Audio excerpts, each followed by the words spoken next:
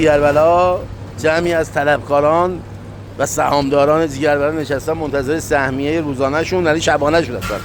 روزانه رو که نهار زدن. نازه خانم خوبه؟ نازه چی میخوای؟ چی میخوای؟ ها باشه.